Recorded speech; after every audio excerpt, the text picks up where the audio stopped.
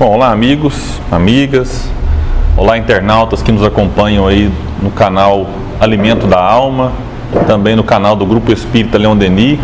Hoje nós iniciamos aqui mais um estudo, sobre a vida e obra de Leon Denis. Inicialmente, antes de entrar nas obras mais propriamente dita, a gente está fazendo um estudo da biografia de Leon Denis, biografia esta escrita por Gaston Luz, que a gente tem sempre informado e avisado para aqueles que não acompanharam os programas anteriores, os estudos anteriores, e ficarem por dentro e quem sabe também poder acompanhar tanto para aqueles que têm um livro impresso, assim como para aqueles que acharam PDF, já que é uma obra que, enquanto nós gravamos esses estudos, ela se encontra esgotada na editora. Claro que talvez quem for ver esse estudo daqui a algum tempo, pode ser que ela esteja disponível, mas de toda forma nós temos aí muitos recursos para conhecer a vida de Leon Denis. Este é um deles. E antes que o pessoal me cutuque aqui, eu vou pedir as curtidas, eu sei que vocês ficam preocupados, os youtubers aqui. Então não se esqueçam de compartilhar esse estudo, de se inscrever nos canais, deixar o seu like se gostou, Se não gostou, sempre falo, deixa o joinha para baixo aí, porque serve de avaliação para a gente. E é isso, comenta, coloca algum questionamento, alguma dúvida, que dentro do possível a gente depois acessa aí e responde a todos. Então a gente dá início, ativar o sininho também, ativar o sininho, para que eu esqueça. Eu falei do se inscrever e não falei do sininho, porque aí sempre que postar conteúdo novo nos canais, do GEL, do Alimento da Alma, chega a notificação no seu telefone, é muito bacana. Eu faço isso com vários canais. E às vezes você está numa hora lá e depois clica para assistir mais tarde, que ele te lembra. Então, são os recursos aí da internet que muito nos ajudam e que a gente tem que saber aproveitá-los. Bom, então, no estudo anterior, foi falado aqui a respeito do livro, das viagens de Leon Denis, da ilha Tunis e a ilha da Sardenha. E hoje nós iniciaremos falando aqui de outras duas publicações. Lá no Progresso? Página 112. Ah, tá. Então, foi falado também a respeito do Giovanna e também do Médici de Catânia. Com certeza vocês lamentaram não ter o livro à disposição. Você pode ter certeza. Fiz o seu papel. Vocês manifestaram a minha angústia, Manifestamos a sua angústia de não ter. Pode ficar tranquilo, você foi representado. Então, muito obrigado, viu? Então não preciso nem reforçar, não. Mas é isso aí. Então, que agora a gente vai falar de um opúsculo, que eu até já falei aqui também no antepenúltimo programa, até trouxe o meu que eu tenho, que também não é um livro que está sendo editado no momento, mas a gente consegue encontrá-lo aí através dos sebos, de talvez livrarias que tem um estoque um pouco mais antigo. E é um livrinho bem interessante, que é o Progresso, publicado em 1880, de certa forma ali incentivado também por aquela atuação que Leon Denis tinha na Liga do Ensino. E aqui vai constar o Gaston Luz aqui embaixo, que a tese de O Progresso, lei de responsabilidade, lei de solidariedade, que une todos os tempos e todas as raças, precisava de tempo para ser esclarecida. Então quem já leu o livro percebe que ele é uma obra, até porque é um livro bem objetivo, Leon Denis não fica muito preocupado com aprofundar as teses que ele trabalha, dentro do próprio progresso político, progresso religioso, Então ele vai tratando ali, mas não de maneira muito aprofundada. É como se ele fizesse ali apenas um ensaio dos temas que ele abordaria com mais profundidade ao longo das obras que ele escreveria posteriormente. Então, quem sabe, aqui o Gastão vai colocar, dizia o orador em sua conclusão: se um dia não viremos colher na paz e na alegria o que tivermos semeado na dor, o progresso só pode ser feito na imortalidade. Então Leon Denis, ele amplia neste livro, embora aqui ele ainda não fica de maneira muito incisiva na questão do espiritismo, é como se ele falasse espiritismo, porém de uma maneira mais subjetiva, de uma maneira mais light. Mas a gente percebe na forma como ele escrevia até porque a gente falou já em outros momentos que é um livro que surgiu a partir de conferências feitas por ele. Então percebia-se no fundo o espiritismo, mas colocado de uma maneira mais acessível aos corações que o ouviam, que nem sempre eram apenas espíritas. Só fazer um comentário, eu achei muito interessante essa parte que ele fala assim: o progresso, lei de solidariedade. Eu achei muito interessante. Por que lei de solidariedade? Newton tem uma frase, Isaac Newton, né, o físico do século XVII, se não me engano, ou XVI.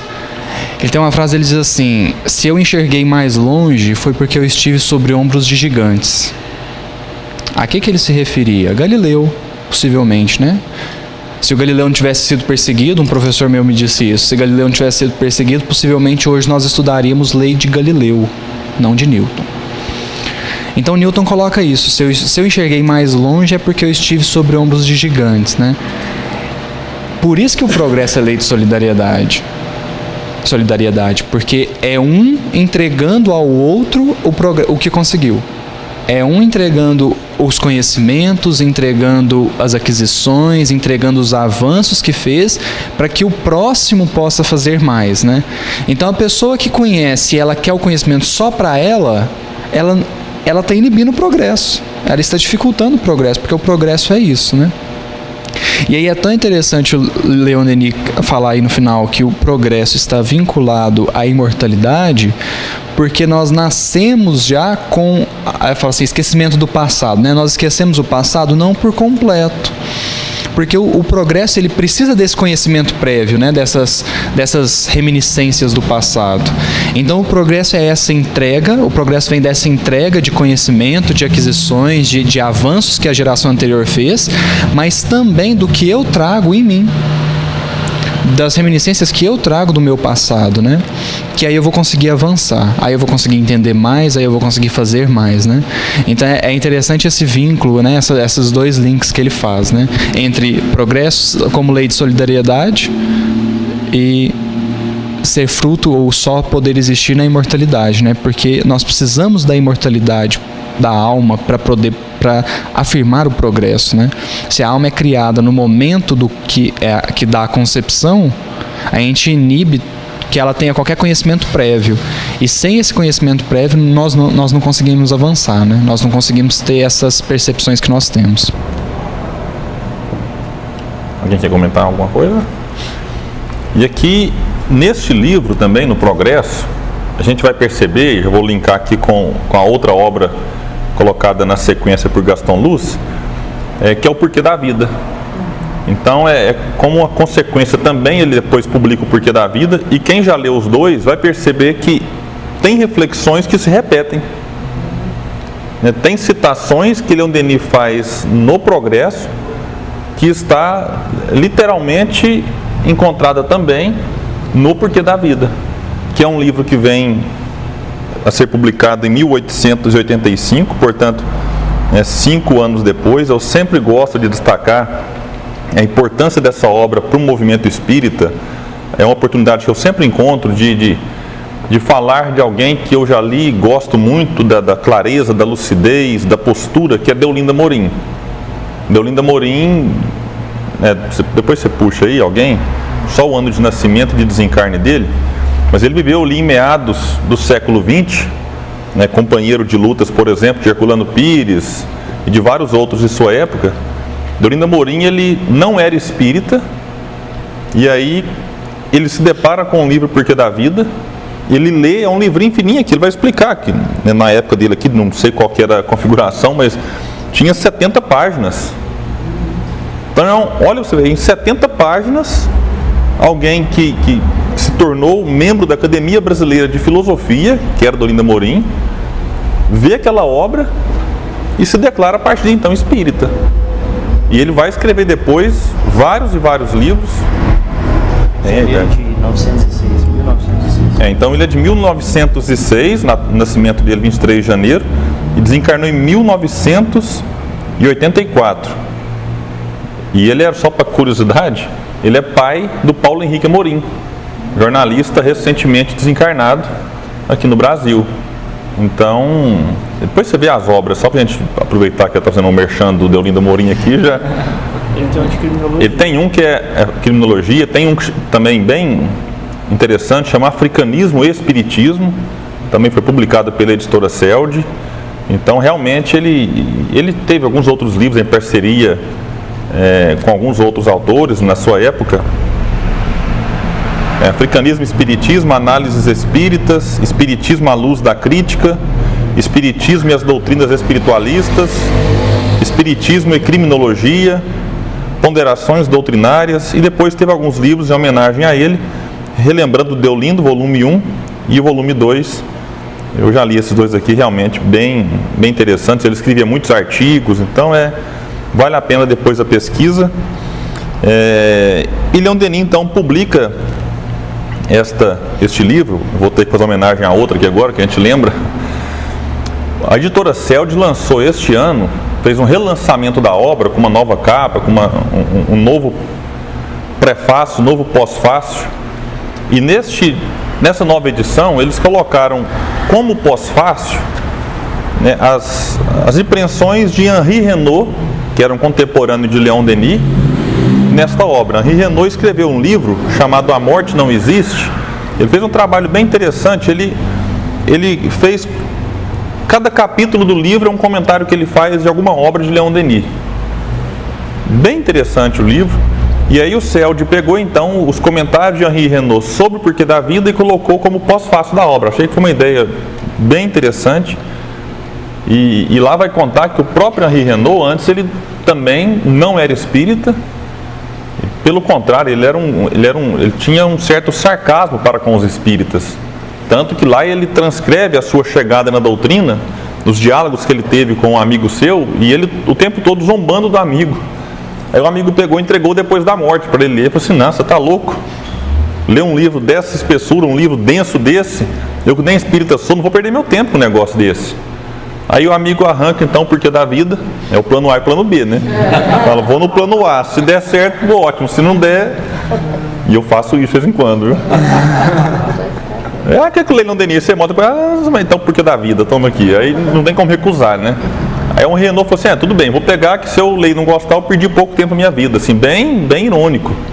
E aí ele lê o livro e se encanta, e a partir de então torna-se não só espírita, mas um grande defensor e divulgador e escritor da nossa doutrina. Então, é um livro que, assim, só por esses dois motivos já valeu a pena Leon Denis tê-lo escrito. Mas a gente vai ver mais para frente ali que ele teve uma importância capital também durante a Primeira Grande Guerra, Primeira Guerra Mundial, em que esse livro foi editado e enviado, né, para os campos de batalha também, e servia de grande consolo para os soldados. Então, realmente, a tiragem desta obra, eu conversava com o Tiago, amigo meu do Rio de Janeiro, ele disse assim, que na época, esse livro ultrapassou as 100 edições. Eu brinquei com o Tiago, e Tiago, isso nos dias de hoje é comparável ao quê? Ele falou, ele é mais ou menos a proporção, né, respeitando cada época, é mais ou menos um Harry Potter hoje, em termos de edição, de livro que vai se esgotando e você tira faz uma tiragem e se esgota. Então, parecia que não tinha mais fim, a vontade de todos por ter aquele livro em mãos. Então, pessoalmente, eu posso dizer que é o livro hoje que eu mais indico, porque ele consegue agradar quem não é espírita, que se simpatiza, quer conhecer um pouco. Ele agrada quem já é espírita há muito tempo e tem reflexões fantásticas nele. Então, assim, ele agrada quem não gosta de livros densos, porque de fato ele é um livro bem curtinho. Os capítulos são curtos, né? São curtos. Denis usa Denis, na verdade, ele sempre usa de uma linguagem fácil e acessível. Mas nesta obra ainda mais, porque ele não tem aquele excesso de citações de outras obras que às vezes torna No Invisível, O Problema do Ser e Destino, um pouco mais densos que os outros. Então, realmente, assim, é o livro hoje. Nós estamos aqui gravando em setembro, 2 meses depois do Congresso Espírita Leon Denis de Uberlândia. E ele foi o livro mais vendido no Congresso. E também, sempre que a gente carrega os livros de Denis, ele é um dos que tem melhor aceitação, maior saída ainda hoje. Então eu tenho opinião formada sobre isso. Eu acho que nós, do movimento espírita, temos uma joia nas mãos e não fazemos uso adequado dela. Porque eu acredito que o alcance que esse livro pode ter em termos de propaganda espírita, que era um termo utilizado na época, ele é, sim, incalculável, e a gente precisaria dar uma atenção especial a esta obra. Aqui ele vai dizer que seu objetivo não era especialmente propor uma tese filosófica aos pensadores inquietos, mas antes de mais nada, levar aos que a vida castigava duramente e a religião não pudera consolar, uma razão plausível de crença e de esperança. Então, a dedicatória do livro ela já começa assim, em grande estilo, né? Ele coloca: é para vós, ó meus irmãos e irmãs em humanidade, para vós todos que o fardo da vida curvou, a vós que as ásperas lutas, os cuidados e as provações castigaram, que dedico estas páginas. Então era preocupação sempre com quem sofre. Ele estava falando aqui, dedica essas partes para quem está tranquilo, para quem está satisfeito na sua religião, para quem está... Não, era para o sofredor. Então ele tinha essa sensibilidade, esse cuidado, né, de falar com esse público, e naturalmente ele atingia a todos, porque qual de nós não se enquadra num momento ou outro da vida, né, como um necessitado de um amparo, de uma mão, de um esclarecimento, de algo que a gente encontra de fato no porquê da vida. Só fazer um comentário bem breve, que eu acho essa... Na verdade, o Porquê da Vida, ele é uma obra realmente fantástica, assim. O Leon Denis, ele é bem poético e ele consegue falar para todo mundo mesmo, né? Mas eu achei muito interessante, e vou ressaltar isso aqui, meus irmãos e irmãs em humanidade, o que vai mostrar uma coerência quando ele recusou a proposta da política. Quando eu não lembro mais o nome, você lembra de quem foi que chegou para ele? Eu não vou lembrar o nome de quem foi que ofereceu o cargo político para ele, e ele escreve uma carta recusando, falando assim: eu não quero lutar pelo meu país, eu quero lutar pela humanidade inteira, né? E aqui ele abre o livro falando: meus irmãos e irmãs em humanidade. Então é a coerência, né, entre o que ele tinha justificado, porque não é uma recusa, ele não recusou e falou coisas por falar, né? Ele tinha esse intuito de fato. Ele abre o livro Porquê da Vida, que é de fato um dos livros, eu acho que, se a gente for fazer a conta, deve ser um dos livros mais lidos de Leon Denis, seja pela espessura, seja pelo tom altamente sensível e poético da obra, mas ele já abre a obra falando de humanidade, né? Então ele realmente não estava brincando. A ideia dele, ele vai fazer isso várias vezes, não só no Porquê da Vida, mas em outras obras, ele se dirige a pessoas do mundo, né? Não franceses, não pessoas da mesma cidade, mas a espíritos, né? Ele falava a espíritos, né? Não a corpos. Jamacé, o político que você queria citar lá. E eu acho fantástico aqui, em vários momentos, né, dessa obra aqui, ele vai citar umas 2 ou 3 vezes, mas em outros livros ele tem essa expressão marcante, né, de ó meus irmãos e irmãs, né? Que aqui é como se ele falasse olhando para cada um de nós, assim, isso aproxima muito o escritor do leitor. Ele tem algumas expressões fortes, marcantes, assim, que não é algo forçado, que você está vendo ali a pessoa fazendo para parecer simpático. Era algo natural que partia dele e isso abria, digamos, né, a guarda daqueles que eventualmente estavam lendo o livro de maneira meio ressabiada, tipo um Henri Renaud, por exemplo. Pega o livro, isso aqui, sei lá. Aí vê o autor chama nele de irmão, irmã, já dá uma desarmada em quem está lendo ali com certo receio. Então é realmente interessante. Leon Denis, por sua vez, vai contar Gaston, dava seu testemunho pessoal, que era o de um homem experiente, que estava preparado para semelhantes pesquisas. E aqui ele vai colocar no livro uma experiência pessoal mesmo. Diz ele: refleti por longo tempo, meditei sobre os problemas da vida e da morte. com perseverança, sondei esses profundos abismos, dirigi à eterna sabedoria um ardente apelo, e ela me respondeu, como responde a todo espírito animado pelo amor ao bem. Após ter duvidado, acreditei. Após ter negado, eu vi. E a paz, a confiança e a força moral me envolveram. São esses bens que, na sinceridade de meu coração, desejoso de ser útil aos homens, aos meus semelhantes, venho oferecer àqueles que sofrem e que se desesperam. Então é ele trazendo, né, a experiência da meditação, da reflexão, né, da viagem para dentro de si e ao mesmo tempo fazendo a conexão com o divino em busca dos problemas que de certa forma lhe incomodavam, que é a questão do destino humano. Eu trazia isso desde a adolescência, a gente já viu isso aqui ao longo do estudo, e ao mesmo tempo aquilo que o homem também não encontrava respostas nem na religião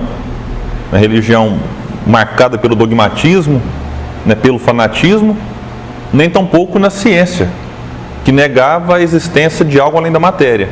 Então Denis vai construir já nesta obra aqui o entendimento, né, daquilo que a doutrina também propõe, né, fazer essa ponte entre ciência e religião. Você estava lendo aí e essa forma de Leon Denis colocar me lembrou muito Humberto de Campos, no prefácio do livro Boa Nova. Aí eu queria ler aqui só, não vou ler o prefácio todo não, é só uns destaques que acabou me lembrando, né? Eu comento muito com o William que eu acho que Emmanuel e Leon Denis escrevem coisas muito parecidas, né? E agora eu acabo de ver que Humberto de Campos também, né? Mas assim, a semelhança de Emmanuel e Leon Denis, ela é muito grande. Eles chegam a ter frases assim quase que idênticas, mas sabe, né? por quê? É que Leon Denis ensinou para eles. Foi professor. Pode ser. Fanático não, né? Pode ser. É brincadeira, né, gente? Mas aí lá no prefácio do Boa Nova, o Humberto de Campos vai dizer assim, ó: hoje não mais cogito de crer, porque sei. Isso é muito forte, né? E aí lá no final ele diz assim, ó: como se vê, não faço referências aos clássicos da literatura antiga ou contemporânea. Cito Marcos e João. É que existem espíritos esclarecidos e espíritos evangelizados. E eu agora peço a Deus que abençoe a minha esperança de pertencer ao número destes últimos. Então tem aquele que esclarece, né? A gente estava até comentando isso na lição de abertura. Tem os que esclarecem e tem os evangelizados, né? Que é aqueles que vivem o evangelho. E é isso que Leon Denis está falando aqui, me lembrou muito essa parte, né? Leon Denis já demonstrando esse interesse também, né? Parece que ele também tem essa ânsia de viver o evangelho, e ele não mais crê, ele sabe, né? Que é uma verdade, como ele diz, né? Eu vi, depois de cogitar eu vi. Então é bastante interessante como que esses espíritos eles se convertem, e essa conversão deles é uma transformação, né? Eles não só dizem, eles vivem aquilo, né? É muito forte isso. E aqui no final, destacando o sucesso que eu já falei aqui do livro, Gaston vai colocar que essa brochura, de um preço mínimo, de uma leitura agradável, obteve logo uma enorme aceitação na França, na Bélgica e em outros países. Sucesso que ainda não terminou, tendo o autor se limitado no decorrer das edições sucessivas a rever o capítulo das provas experimentais. Então é bom dizer que esse livro aqui, a biografia, foi escrita em 1928, então o livro já estava aí com 43 anos, né, rodando ali a Europa, e o sucesso continuava. Então quem não leu, vale a pena, viu? Vale muito a pena ler esta obra. E fazer o convite também, aqui no Grupo Espírita Leon Denis, todas as últimas quintas-feiras do mês, a gente faz um estudo das obras de Leon Denis. E a obra que nós estamos estudando, em setembro de 2019, já tem mais de ano que a gente está nesse estudo, já era para ter acabado Já chegou num capítulo ali que já tem uns 6 meses, estou só num capítulo. É sobre o porquê da vida, então tá tudo aí publicado já no Facebook, nós passaremos depois para o YouTube, criando ali uma playlist, então realmente é interessante. Começou no formato de palestras, aí depois a gente mudou o formato para um bate-papo comigo, o Gustavo e o Tárcio. Então, e é muito interessante, a gente tem feito esse trabalho também com esse livro aqui no GELD. Alguém quer comentar algo a respeito desse capítulo aí, que se encerra aqui agora? Você vai pular? Já. Depois da morte? Não, vou falar do Congresso Espírita, mas pode... É porque você estuda depois da morte, eu acho que é melhor esperar aqui. Porque eu queria fazer uma letra. Ah, tá. Vocês vão falar muito, eu não como biscoito, né? Como é que faz? Calma. Quando o Gustavo fala assim, ó, comentário breve, eu fico preocupado, nossa, vai ser só um biscoito nesse comentário breve. Não vai dar pra Deixa eu abrir o braço da bunda. Vai chegar uma referência. Vai chegar uma parte aqui que eu vou falar até o final. Bom, então vamos iniciar o próximo capítulo, que Gaston, e eu sempre fico triste, eu não numero o capítulo, né? Mas vamos lá. Gaston vai ter que reencarnar só para fazer uma obra e colocando capítulo depois. Congresso Espiritualista Internacional de 1889. Bom, então aqui o Gaston vai começar dizendo que era essa bagagem, na verdade, pequena, de suas obras escritas. Então, né, Tunes e a Ilha Sardenha, Giovanna, o Método de Catânia, Progresso e Porquê da Vida. Então, quando ele chega no Congresso com esses livros na mala, vamos assim dizer, né? Quando se instalaram em setembro de 1889 as primeiras Assembleias Mundiais do Espiritismo, a fama do orador e do escritor já era grande. Então ele já chega lá assim, sendo respeitado, famoso já, né? Popstar. Então, se tivesse selfie na época, eu já chegaria fazendo selfie com a galera, já certeza, né? E aqui vai dizer que o Congresso havia reunido as principais escolas espiritualistas. Os kardecistas, a gente percebe que o termo kardecismo já não é de agora, né? Desde pós-Kardec ali já começou a fazer essa distinção aí, que eu já fui mais chateado com isso. Eu já percebo que já está fazendo sentido em alguns aspectos aí. Os adeptos de Swedenborg, os teosofistas, os cabalistas e os Rosa-Cruzes. Aí ela vai citar aqui que a sessão inaugural foi presidida por Jules Lermina. E aqui, gente, inicialmente, o que a gente pode falar é que esses congressos da época eram muito diferentes do que a gente tem como congresso hoje. A gente está acostumado com o Congresso Espírita de Uberlândia, com o Congresso Leon Denis, né? Na verdade, assim, tem um aumento do número de congressos muito interessante no nosso movimento espírita, mas que em nada se assemelha, eu digo nada assim, nada mesmo, se assemelha ao estilo, né, dos congressos da época de Leon Denis. Em que a gente vai perceber aqui que era normal você ter na tribuna, não só, porque aqui era congresso espiritualista, inclusive, né? Você ter na tribuna não só espíritas ou não só rosacruzistas, mas você tinha ali, era um revezamento. Então, aqui não dá detalhes, mas naquela época as falas eram mais curtas do que hoje. Então você tinha discursos, eu até falei aqui no outro estudo, muitas vezes escritos, em que a pessoa chegava ali, poucos utilizavam-se do improviso, era já aquele discurso muito formal, muito certinho, e com certeza, vou usar um termo da atualidade, era treta pura. A treta ali comia solta assim, porque não estava todo mundo ali buscando um ponto de entendimento. Hoje, talvez, quando a gente vê movimentos ecumênicos, como nós tivemos, né, alguns encontros do Haroldo com a irmã Ilha, com algum pastor, com representante de uma religião de matriz africana, os diálogos interreligiosos, normalmente eles vão para esses diálogos buscando o ponto comum, né, o ponto talvez moral que une aquelas religiões, né, no sentido de convidar aqueles que ouvem a se tornarem pessoas melhores. Na época, eu não estou aqui para falar que era errado também, porque cada momento exige talvez uma estratégia. Na época parece que eles buscavam justamente o que divergia. E aí, e alguns traziam ali a ideia de quê? De colocar o outro numa saia justa e mostrar que a minha religião é melhor do que a do outro. E a coisa tomava realmente proporções. É claro que quase sempre de maneiras respeitosas, eles, né, tinham essa habilidade que muitas vezes nos falta hoje, que é a de divergir da ideia, mas sem atacar a pessoa, né? Hoje a gente ataca a ideia, ataca a pessoa e acaba com a reputação do outro.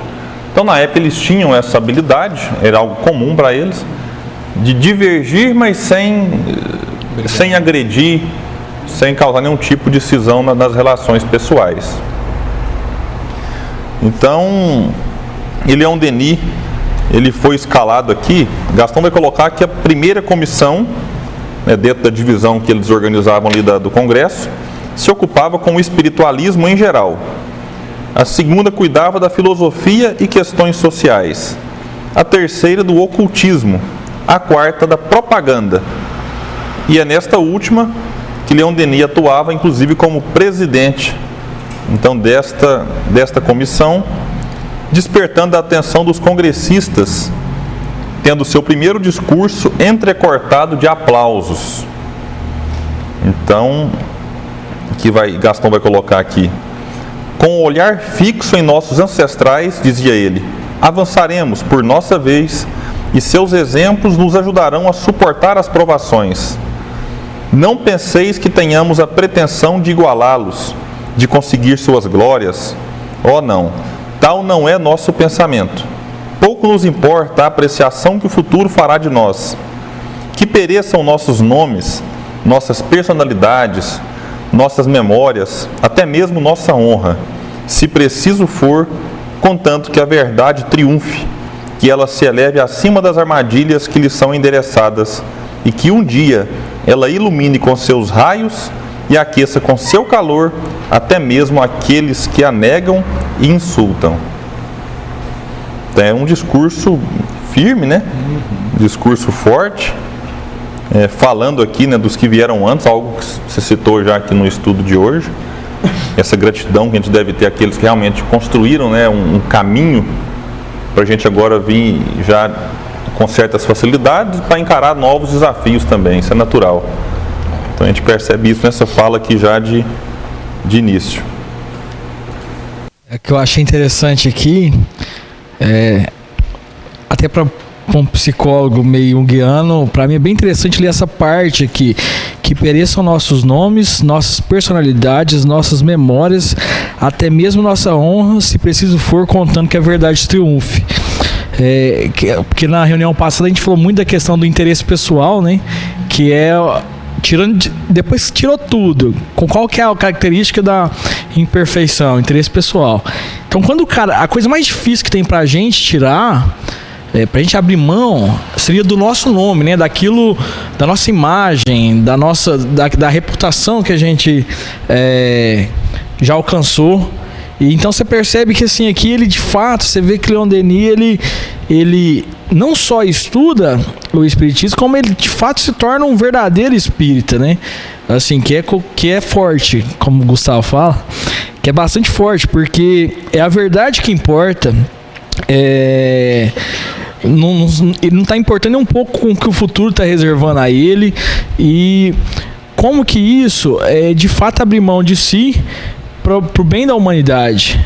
Como que é abrir mão até mesmo das obras que ele publicava, assim, no sentido de, não, se qualquer ideia que eu tiver, se não for a verdade, que espero que a verdade triunfe. E é a mesma coisa que o Kardec propõe, né? Se um dia o espiritismo tiver em erro, for pego em erro, que fique com a ciência e não com o espiritismo. Então, assim, é um autor que de fato é gigante, né? Gigante, né? Na vivência de Kardec.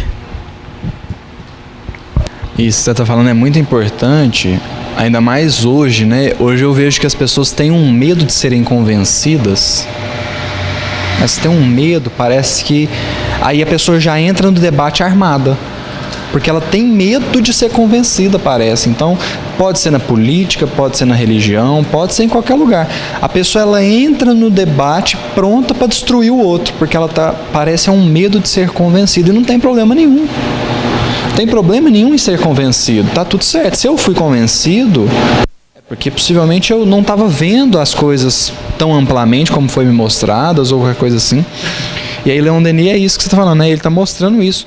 Não tem problema se eu estou errado, não tem problema. O importante é que a verdade seja propagada, né? Porque hoje a gente tem um medo, assim, aí você vê pessoas escondendo fatos, escondendo circunstâncias que vão denunciar que ela estava errada ou que ela cometeu algum ato falho, né? Então, assim, a importância dessa colocação de Leon Denis, né? Realmente é muito forte, né? Porque é isso, né? A gente ter em mente que nós, vamos dizer assim, se nós estivermos errados, em algum momento isso vai vir à tona, em algum momento isso vai ser descoberto, então não tem problema nenhum se isso for agora, né? E aí eu lembro do Ação e Reação, né? Que eu não sei se é o Druso ou é o Silas, que fala para o André Luiz assim: o mal é você querer a evolução, o progresso, o conforto só para você. E o que é o bem? É você querer a evolução, o progresso e o conforto de todos. É aí que está a diferença. Então, assim, às vezes eu escondo circunstâncias porque eu não quero que a minha opinião seja destruída ou que a minha opinião seja questionada, né? Mas o bem de verdade é para todos, né? É quando a gente consegue, de fato, esclarecer e mostrar para todos, né? Só me lembrei aqui do William falando dos debates, né, dos congressos, e pensando nos congressos que as pessoas iam para levar a própria ideia, né, é muito inteligente ter essa fala, né, tipo assim, ó, num congresso que todo mundo tá querendo convencer todo mundo, fala, não, gente, todo mundo aqui não se preocupe que a verdade que seja o objetivo, né? Isso é assim, é de uma inteligência muito grande, né? Por isso que eu acho que ele foi entrecortado por aplausos, né? Porque assim, você está numa plateia dividida, chega um cara e fala, não, o que importa é a verdade, não é o que cada grupo está falando. É de uma inteligência tamanha, né? Sim, acabou. Bom que agora dá tempo de você comer muito biscoito. Fica à vontade, William. Essa é uma parte muito interessante do livro, né, que uma vez eu estava com um amigo meu, que também participa lá da Ordem Demolei, que é a ordem paramaçônica, né? E ele bem mais novo, acho que ele tem 18 ou 19 anos hoje. Nessa época ele tinha 17. E aí aqueles meninos super empolgados, que gostam de estudar, quase fanático. E aí a gente começou a falar sobre filosofia, e ele estava começando a faculdade, e aí ele me falou assim, Tárcio, tem uma pergunta básica da filosofia que todo mundo tem que fazer para si mesmo. É dizer assim, você acredita que existe uma verdade? Um ponto de verdade? Porque se você acreditar que tudo é subjetivo, aí não compensa nem se estudar. Porque aí você vai cair sempre assim, de que cada um tem sua razão e não existe uma lei universal, não existe algo que pode se aplicar a tudo, né? E aí eu falei, nossa, assim, é justamente o que a gente pensa várias vezes, só que numa pergunta tão simples, né? E aí Leon Denis começa a contextualizar a verdade acima das dissensões, né? Vamos colocar assim. Isso me lembra muito um primo meu, que ele era assim, ele participava de uma igreja evangélica, de protestante, ele era evangélico, e ele participava muito ali, muito integrado. Só que ele tinha uma curiosidade muito grande, uma vontade muito grande de iniciar na maçonaria. Ele sempre me falou isso. Ele falou, nossa, Tárcio, parece ser tão legal os símbolos que eles usam, né? A simbologia mesmo, o paralelo que eles fazem com a vida do rei Salomão. Eu queria conhecer, né? E aí acabou que ele não iniciou, mas recentemente ele iniciou na Ordem Rosa Cruz. E ele eu acredito que ele não é evangélico mais, porque um dia a gente conversando e eu falando, nossa, eu comecei a estudar recentemente o Espiritismo e tô achando muito legal e tudo mais, e aí a gente entrou no assunto de reencarnação.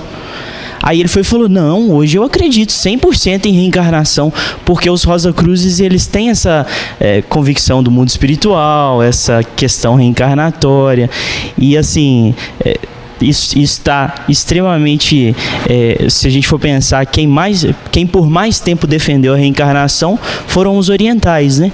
Que tem inúmeras religiões que afirmam a existência da reencarnação, né? E o quanto às vezes, né, por caminhos diferentes a gente se encontra nos mesmos pontos. Daí que é a verdade, né? O que é a verdade? A verdade é o ponto comum ali, em que as pessoas se encontram, né? E eu busquei aqui porque lá no Cristo Consolador, né, do Evangelho segundo o Espiritismo, o Espírito de verdade vem falar justamente isso. Ele vem falar assim, ó: venho como outrora aos transviados filhos de Israel trazer-vos a verdade e dissipar as trevas.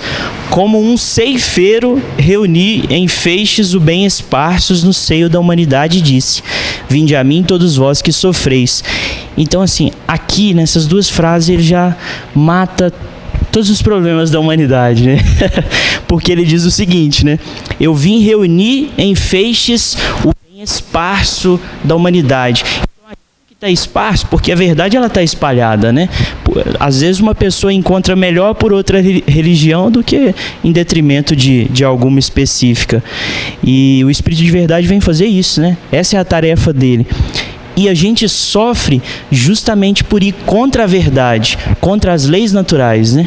Então quando a gente se opõe, segue uma conduta que não está de acordo com a lei, é como se a gente, por exemplo, quisesse derrogar a lei da gravidade, né?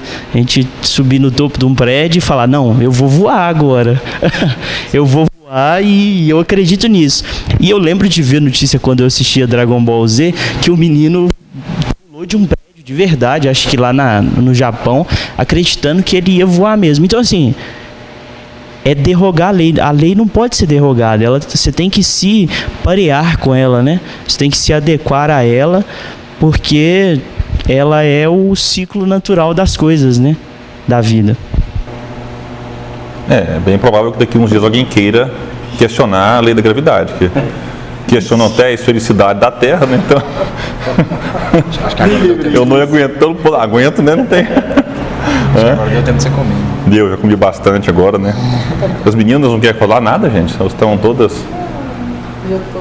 O pessoal vai falar assim, nossa, mas que grupo machista, só tem homem nesse grupo, nesse estudo, não abre espaço para as mulheres. Não, nós temos mulheres aqui, as mulheres são um pouco tímidas, por enquanto. Bom, e aqui Gastão vai prosseguir dizendo que Leon Denis já se revelava um magnífico condutor de almas que iria ser durante toda a vida. Esse primeiro congresso não ficou isento de desentendimentos muito fortes a respeito de certos pontos da doutrina espírita. E aí, no final do seu discurso, de 11 de setembro, com todas as sessões reunidas, o presidente do Congresso, emitiu a ideia de que se cada alma, em particular, é uma emanação do pensamento eterno, uma alma universal e divina as reúne todas. Era a concepção panteísta, oposta à de um Deus cristão. E ele insistia: vós não quereis acreditar em um Deus que não podeis conhecer. Aqui é só bom destacar que Kardec refuta a ideia panteísta, lá no Livro dos Espíritos já, que é aquela ideia de que você continua vivo, mas a sua centelha divina volta a fazer parte de um todo. Leon Denis chega a criticar, falando que isso aí é praticamente a aceitação do nada. É como se você pegasse uma gota de água e jogasse no oceano. Ela está lá no oceano, mas agora ela se misturou e se perdeu, ela não tem mais a individualidade. Enquanto para nós a ideia de que eu vou cair no oceano não mais como uma gota de água, mas como um peixinho minúsculo que seja, que me diferencia dos demais porque eu sou um ser único. Criado por Deus, eu sou agora um ser individual, carregando comigo as minhas bagagens, minhas aquisições e evoluções, e não essa ideia da absorção, né, por um todo aí, que realmente fica até confuso de imaginar como que seria essa continuidade da vida sob o ponto de vista de um panteísta. E aí, tem um detalhe aqui interessante, que então uma indisposição súbita impediu o orador de continuar seu discurso. Aí o cara está defendendo a ideia panteísta, aí passa mal no púlpito. E aí você pensa assim, nossa, agora vai acabar o congresso, né? Não, imediatamente Leon Denis pediu a palavra. Então assim, o rapaz está passando mal lá ainda. Leon Denis fala assim, já que você não pode continuar, vamos daqui. Deixa eu concluir seu discurso então. Pediu a palavra para apresentar suas observações. Após um curto preâmbulo, entrou logo no assunto, referindo-se às pequenas escolas dissidentes que já criticavam a obra de Allan Kardec. Tem se esforçado, dizia Leon Denis, por divulgar na França um espiritismo chamado positivista, uma doutrina seca e fria que nada tem de comum com o kardecismo. E então, tomando a defesa de Kardec, falou com um tato e um vigor admiráveis. Dizem que Allan Kardec tem sido muito econômico e deixou muito lugar em sua obra para as ideias místicas e católicas. Isso não é exato. O mestre poupou o cristianismo e não o catolicismo. Allan Kardec manteve a moral evangélica porque ela não é somente a moral de uma religião, de um povo, de uma raça, mas porque é a moral superior, eterna, que reconstruiu e haverá de reconstruir tanto as sociedades terrenas como as sociedades do espaço. Isso aqui, sim, dá para fazer um congresso só dessa fala de Denis, que vem fazer uma defesa, né, enfática e forte, não só de Kardec, da sua postura, né, enquanto codificador, assim como da importância do Evangelho para todos nós, né? Encarnados, né, que ele vem dizer dos dois, né, e também dos desencarnados. Tira para o ímpar aí agora, né? Vou comer biscoito. Isso aqui eu achei magnífico, porque o que tem de gente falando hoje que a obra de Kardec está ultrapassada, não, Kardec está ultrapassado. Aí eu peguei uma questão aqui para dar um exemplo, mas a gente poderia ter pegado vários exemplos. Por exemplo, poderia ter pegado no Evangelho segundo o Espiritismo a parte que Kardec vai falar de duelo. Então tem várias mensagens, se eu não me engano é 4 ou 5 mensagens sobre duelo. Aí você olha e fala assim, mas a gente não duela mais? Para que a mensagem sobre duelo no Evangelho segundo o Espiritismo? Aí acaba a pergunta assim, mas você acha que ele está falando de você pegar uma espada e brigar com outro? Na época talvez fosse. Mas o que é hoje uma relação de obsessor e obsediado? Se não um obsediado lutando incessantemente contra o obsessor, com raiva, por que está acontecendo isso comigo? É um duelo. A gente no ambiente de trabalho duela. Então ali, nas mensagens, todos eles fazem referência a você pegar uma espada e ir atacar o outro, e eles chegam a falar que aquele que entra no duelo, sabendo que vai perder, é um suicida. Então eu estou brigando com o meu obsessor, eu tenho condição de brigar com ele? Não é brigar com ele o ponto. Então você entra na empresa, você quer brigar com o chefe. Não, então ali tá falando de relações, né? Não é de duelo. Mas o que eu queria citar aqui é porque eu vejo às vezes as pessoas lendo a obra de Kardec muito literalmente, né? Então a pessoa, ela quer seguir Kardec, mas ela não quer seguir o método de Kardec. E aí ela quer ler assim, é o que está escrito lá e ponto, acabou. É o farisaísmo, né? Não, mas lá está escrita a palavra X. Assim, meu amigo, mas nós estamos falando de palavra ou de ideia? Não, mas Kardec usou fluido e André Luiz usa campo ou energia. Você está pegando da palavra ou da ideia? Mas vamos lá. Questão 143 de O Livro dos Espíritos. Por que todos os espíritos não definem do mesmo modo a alma? Aí você lê essa pergunta e fala assim, por que isso está no Livro dos Espíritos? Por que todos os espíritos não definem do mesmo modo a alma? Você fala, por que Kardec... Ela falou assim, você acha que ele está interessado em saber o que está escrito aqui? Ou tem algo a mais aqui? Porque para mim essa pergunta ela é análoga assim, por que os espíritos não concordam? Sobre a alma? Sobre a alma, sobre qualquer coisa. Por que não há uma concordância geral entre os espíritos? Por que tem uns que falam uma coisa, outros falam outra? Ele falou da alma, mas a gente poderia trocar aqui a alma por qualquer outra coisa. Por que todos os espíritos não definem do mesmo modo a reencarnação? Ou a relação com Deus? Ou a prece? Você pode trocar o que você quiser aqui, porque a resposta é a mesma. Os espíritos não se acham todos esclarecidos igualmente sobre estes assuntos. Há espíritos de inteligência ainda limitada, que não compreendem as coisas abstratas. São como as crianças entre vós. Também há espíritos pseudo-sábios, que fazem alarde de palavras para se imporem, ainda como sucede entre vós. A resposta é mais longa, mas a gente pode parar aqui. Então você acha que eles estão falando de... Por que ele não define o mesmo modo a alma só? Você acha que é só sobre a alma essa resposta? Então às vezes a pessoa fala, a obra de Kardec está ultrapassada, porque ela está lendo só o que está escrito. Ela não está aprofundando no significado que aquilo traz. Essa resposta aqui ela é fantástica, porque hoje na literatura espírita a gente tem absurdo atrás de absurdo que as pessoas aceitam. Falam, por quê? Não, porque foi um espírito que falou. Mas tem espírito que sabe menos que eu. Tem espírito tão ignorante que ele sabe menos do que eu. Então está ultrapassado? Será? Ou será que a gente não está sabendo ler, né? Aí eu lembro lá no Bom Samaritano, né? A parábola do Bom Samaritano, né? Para mim minha parábola preferida é a do Bom Samaritano. O Dr. Dali chega para Jesus e fala assim, o que é preciso para o que eu tenho que fazer para ter a vida eterna? Aí Jesus responde para ele fazendo duas perguntas, que ele fala assim, Jesus fala assim, o que está escrito na lei? É a primeira pergunta. Como lês? É a segunda. Porque está escrito uma coisa, mas pode estar escrito A e a gente lê B, né? Então, está escrito... Por que os espíritos não definem do mesmo modo a alma?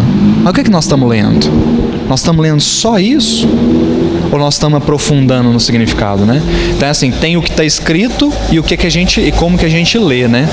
Que aí é a diferença. Então, a pessoa falar que Kardec está ultrapassado é porque ela talvez esteja lendo só a palavra, né? Ela não está lendo a ideia, porque a ideia não está.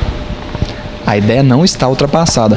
Talvez as situações como a do duelo. Hoje nós não temos mais uma pessoa indo com espada para ferir a outra, mas nós temos outros tipos de duelos, né? Que o fundo moral é o mesmo. Deixa eu só fazer um adendo aqui, que nessa questão do farisaísmo, né, levantado aqui, o que Leon Denis coloca, né, de que às vezes muitos na interpretação da doutrina tornam ela algo frio e algo seco. A gente percebe isso, né?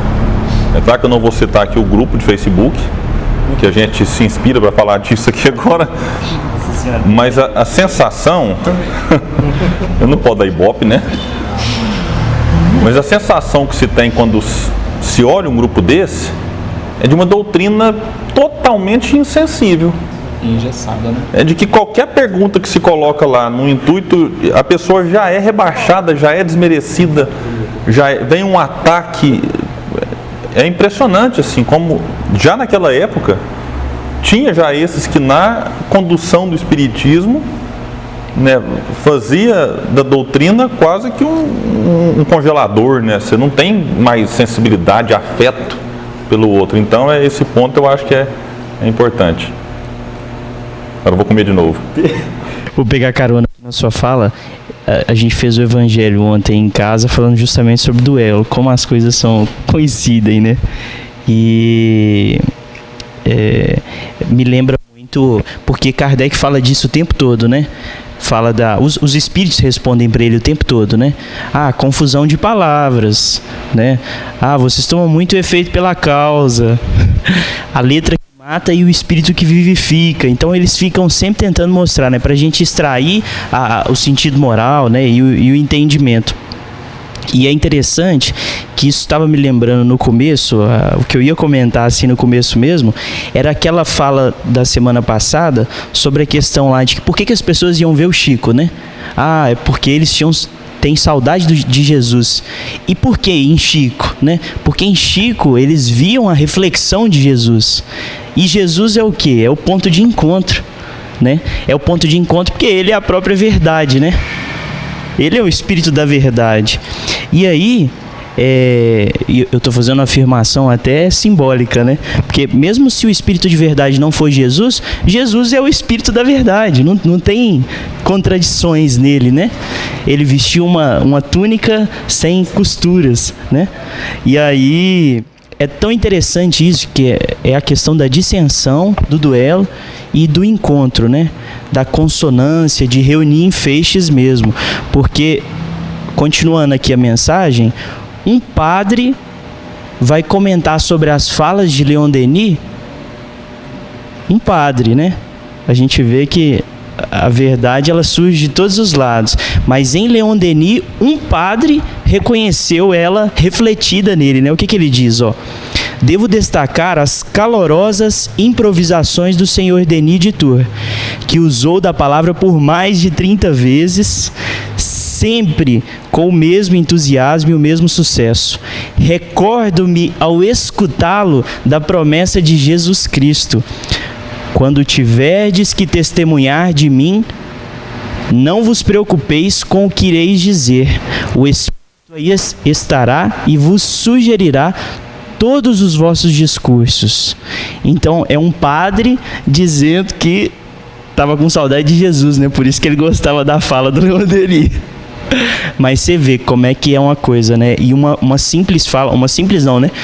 30 falas, sempre fazendo com que um padre olhasse para Leon Denis, um espírita, e visse ali nele refletida a imagem de Jesus, né? O quanto isso carrega, né? O quanto isso tem força, né?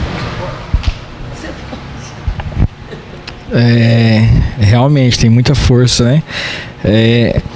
Eu também queria comentar só em relação a essa questão do fazer da doutrina espírita uma doutrina seca e fria, porque eu acho que isso que é muito importante,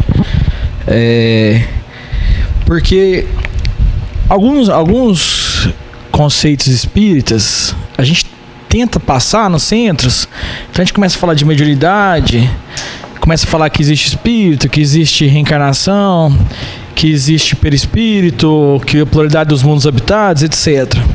E aí uma vez um amigo meu me fez uma provocação que eu achei genial, que ele me perguntou: o que você aprendeu com o espiritismo? E aí eu comecei a falar tudo isso, né? Ele falou: tá, mas você antes de encarnar, você era um espírito, você tinha reencarnação, você já sabia disso. Você era um espírito que estava para reencarnar. Então você sabia que existia espírito, você sabia que existia o perispírito, você sabia que existia reencarnação, né? Então todos esses conceitos você já sabia antes. O que você aprendeu nessa reencarnação com o espiritismo? E aí, se você for parar para pensar em qualquer coisa, se você não for para a questão moral, todo o resto a gente já sabia de antes. Talvez não com a profundidade, talvez não com a ciência por trás daquilo, mas a gente já sabia. E aí uma fala do Haroldo me impactou bastante, né? Assim, quando ele disse que o medo dele é que façamos do espiritismo um espiritismo de doutores da lei. E é exatamente isso que foi feito com a mensagem de Moisés, exatamente isso que foi feito com a mensagem de Jesus. E eu tenho medo se não é exatamente isso que a gente está fazendo da mensagem de Leon Denis, de Kardec, etc.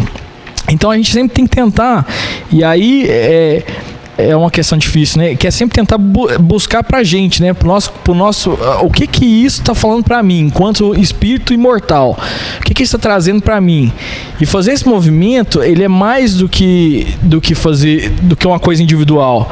A gente tem que mudar de fato a cultura mesmo. É uma questão cultural. Se a gente não implementar essa cultura, porque no movimento espírita as coisas são passadas meio que culturalmente, né? Tem tanto conhecimento que não tem nada a ver com o que Kardec falou, que é porque tem a cultura. Então a gente tem que fazer isso, a gente tem que começar pequeno e fazendo isso. E essa reflexão desse amigo meu, acho que é propícia para essa frase.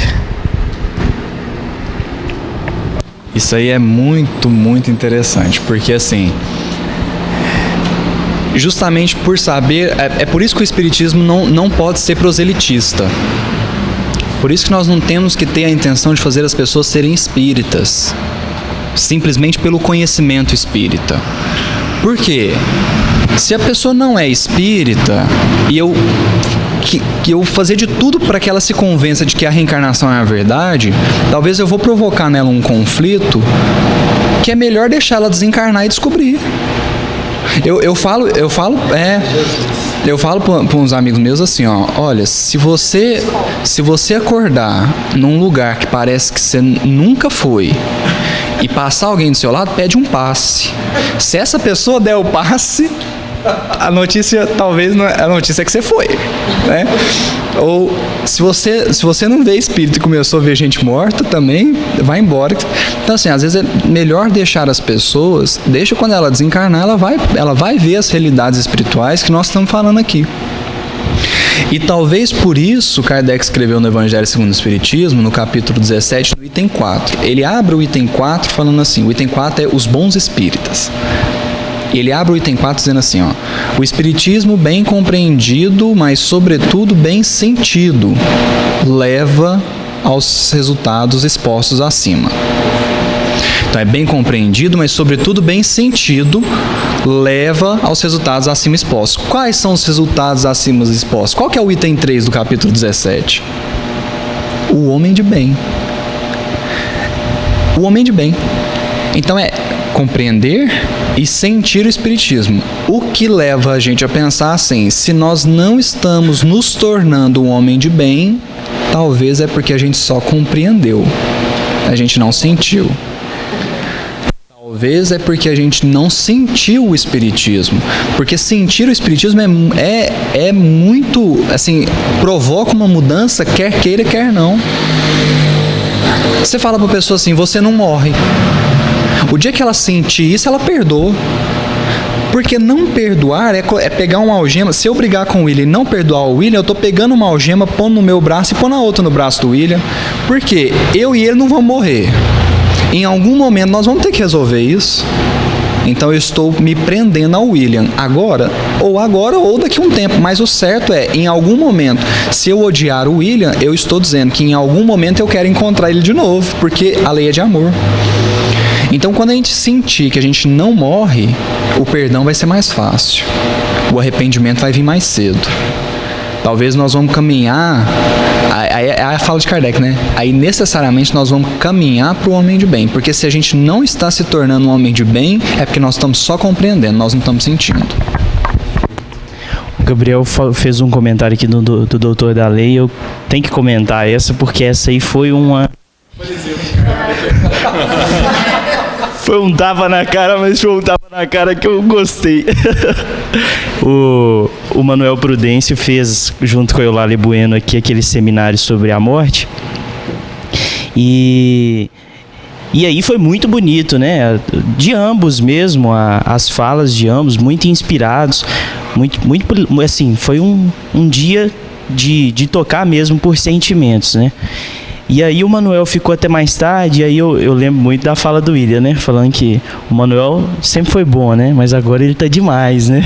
E aí eu falei, nossa, eu tenho que perguntar pro Manuel, né? O que ele tem lido, o que ele tem estudado, o que ele tem feito para ter essa mudança, né?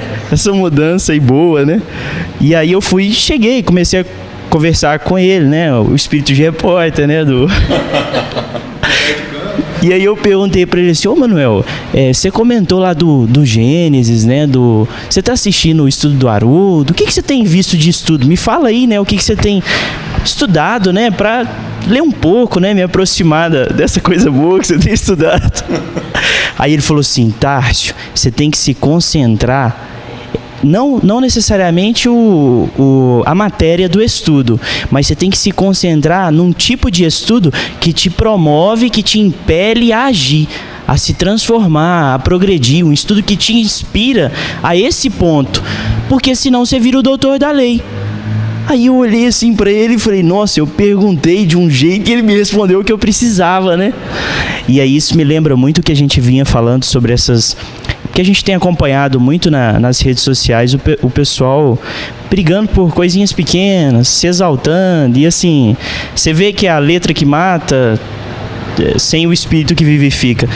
E aí me lembra demais aquela fala do Paulo Estevão, quando Paulo já não consegue mais viajar com aquela mesma intensidade, e aí Jesus exorta ele a escrever, e aí ele fica preocupado, né? Porque ele pensa, meu Deus, vão reunir ali e os doutores, né, vão reunir os trechos e acabar comigo, né?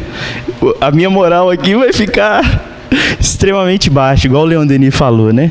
Vão acabar com a minha moral no futuro. Aí Jesus fala com ele assim, não se preocupe, os de boa vontade saberão entender. E é assim, né? A gente tem que começar pelos de boa vontade, porque aí os de boa vontade contaminam todo mundo, né? Não tem jeito. Oi? Por isso que ele foi para os gentios. Por isso que ele foi para os gentios, eram os que tinham boa vontade de coração, né? E eu acho que é assim que a gente tem que tentar trabalhar sempre, né? Principalmente com a boa vontade e com os de boa vontade.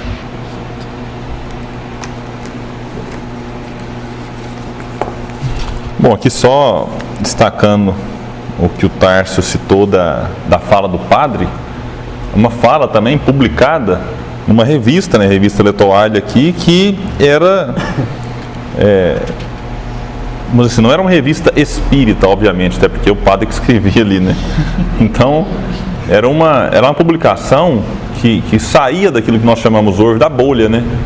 Porque às vezes eu escrevo um artigo para uma revista espírita, que é lida por espíritas e que fica na bolha.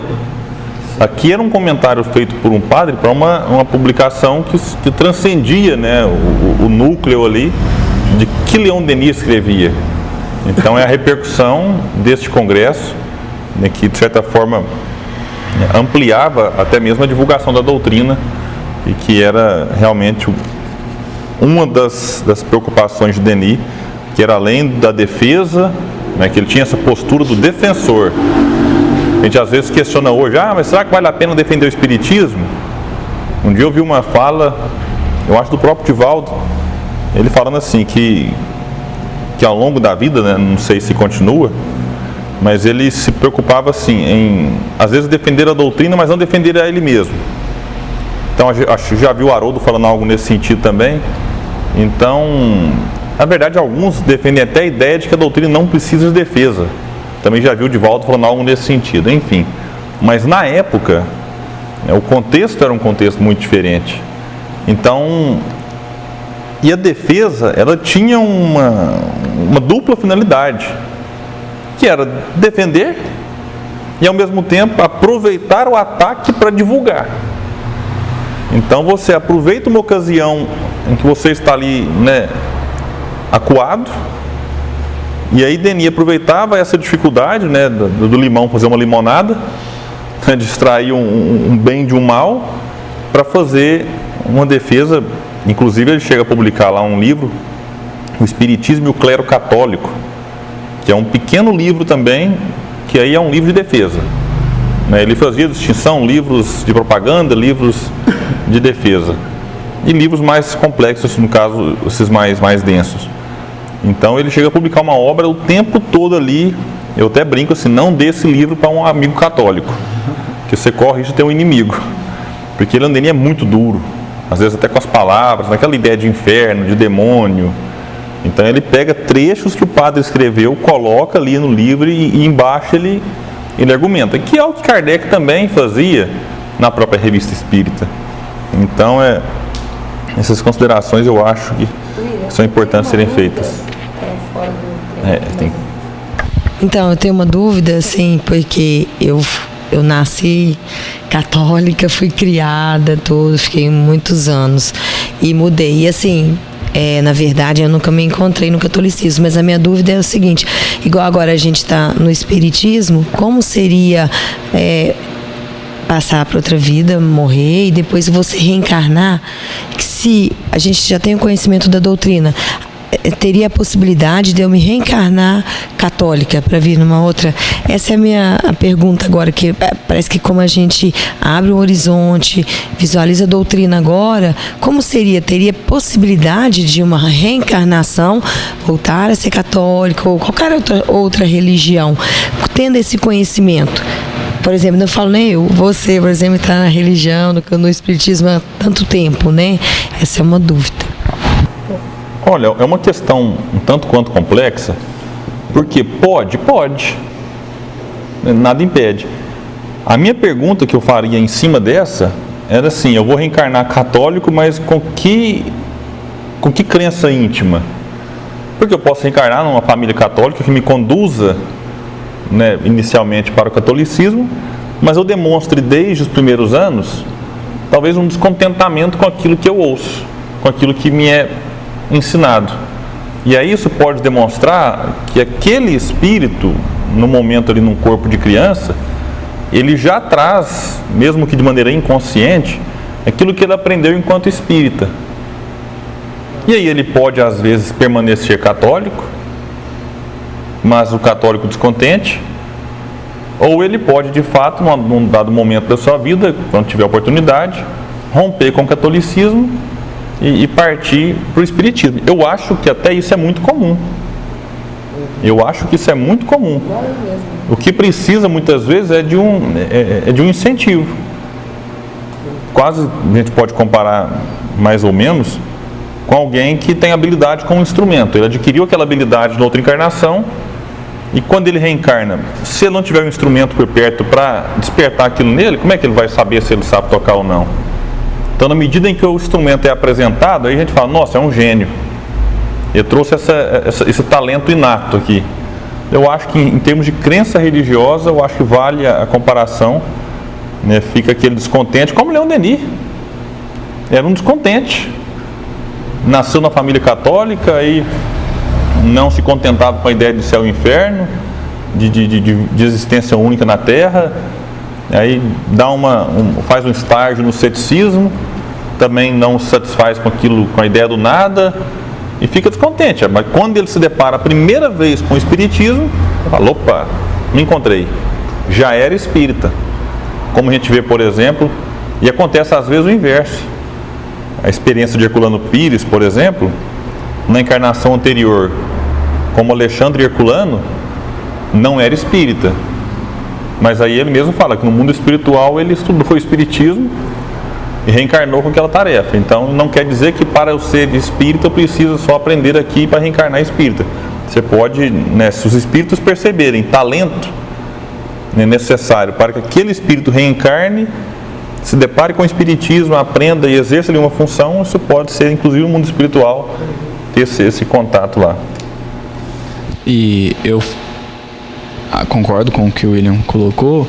Eu acrescentaria talvez que às vezes pode ser necessário, porque Jesus não quer acabar com o catolicismo, Jesus não quer acabar com o protestantismo, Jesus não quer acabar com as religiões que existem. Jesus quer conduzir todos para o que o Tarso estava falando, para o ponto único de convergência da verdade, né? E aí você encarnando com essas ideias, né? Imagina se a gente de fato, nós estávamos falando de sentir o espiritismo, imagina se de fato a gente sente que é fora da caridade que não há salvação. E vamos supor que a gente sentisse que realmente é fora da caridade não há salvação. Você encarna católico. Você vai falar de reencarnação para o católico? Pode ser. Mas e se o ponto for você mostrar para eles lá que é fora da caridade que não há salvação?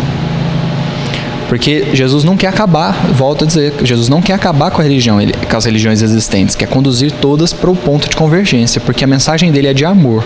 Todas saem dessa mensagem, todas as religiões cristãs saem dessa mensagem, divergem em outros pontos, mas o amor está ali.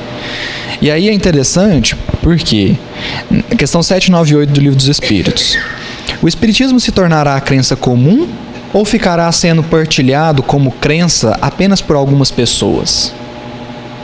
Os espíritos respondem assim: certamente que se tornará crença geral e marcará nova era na história da humanidade, porque está na natureza e chegou o tempo em que ocupará lugar entre os conhecimentos humanos. Terá, no entanto, isso que é importante, terá, no entanto, que sustentar grandes lutas, mais contra o interesse do que contra a convicção, porquanto não há como dissimular a existência de pessoas interessadas em combatê-lo, umas por amor próprio, outras por causas inteiramente materiais.